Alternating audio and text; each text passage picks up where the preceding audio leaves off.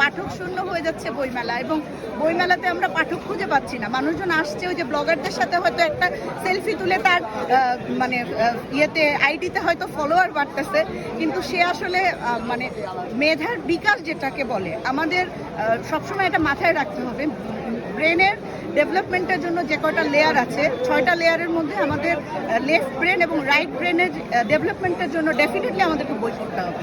বইয়ের কোনো বিকল্প নাই। আমরা স্ক্রিন টাইমিং যত কমাইতে পারবো আমাদের মেধার তত বেশি বিকাশ হবে, এবং আমরা যত মেধাবী জাতি আমাদেরকে দিতে পারবো, মেধার বিকাশের ফলেই কিন্তু একটা মানুষ তার নির্দিষ্ট গোলে পৌঁছাতে পারবে।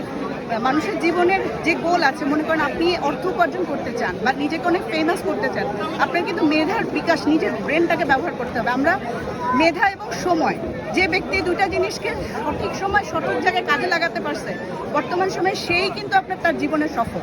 এখন ভাইরাল হয়ে সফলতা, ওটা কিন্তু ক্ষণিকের সফলতা। এমন অনেক ভাইরাল ব্যক্তিত্ব আছে যারা হয়তো আপনার ওই যে কিছুদিন আগে বাদাম বিক্রেতা একজন ভাইরাল হয়েছিলেন, তারা কিন্তু অল্পতেই ঝরে গেছে। অল্প বিদ্যা ভয়ঙ্কর, আমাদের অনেক পুরনো প্রাচীন একটা প্রবাদ আছে।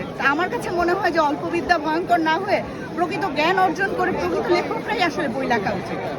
বই লিখতে হলে অনেক কষ্ট করতে হয়। আমার দুটো বইয়ের পিছনে আমার প্রায় 3 থেকে 4 বছর সময় দেওয়া লাগছে। আমি কিন্তু এমন না যে আমি কপি পেস্ট করে বা অন্য কোনো জায়গা থেকে নিয়ে ফেলেছি, কারণ সময় না দিলে আসলে ভালো কিছু সৃষ্টি হয় না। ঠিক আছে।